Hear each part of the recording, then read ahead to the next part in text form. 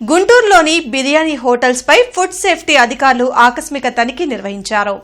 10 టీంలుగా ఏర్పడి పలు హోటల్స్ లో నాన్ వెజ్ ఐటమ్స్ ను చెక్ చేశారు. ఫ్రిడ్జ్లలో నిల్వ ఉంచిన మాంసాహారాన్ని స్వాధీనం చేసుకున్నారు. టెస్టులు నిర్వహించి కేసులు నమోదు చేసి చర్యలు తీసుకుంటామని ఫుడ్ సేఫ్టీ అధికారులు తెలిపారు.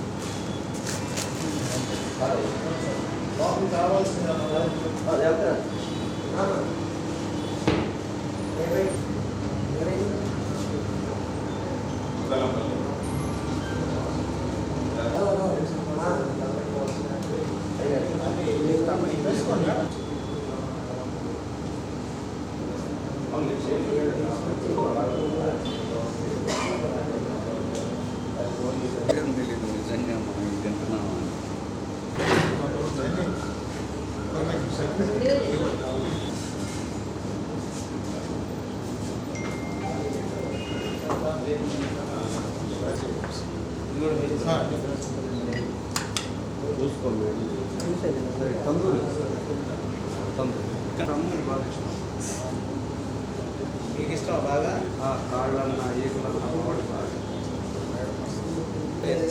ఇవన్నీ కూడా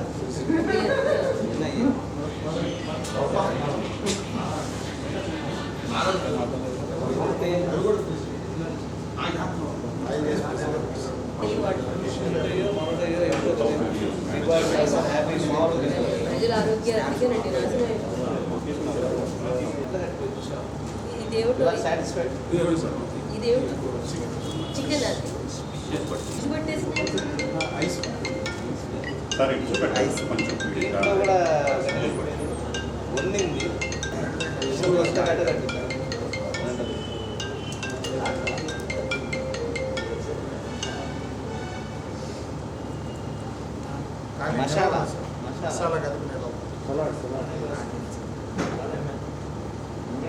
వాటర్ దీంట్లో కొన్ని కోట్ల బ్యాక్టీరియా ఫుడ్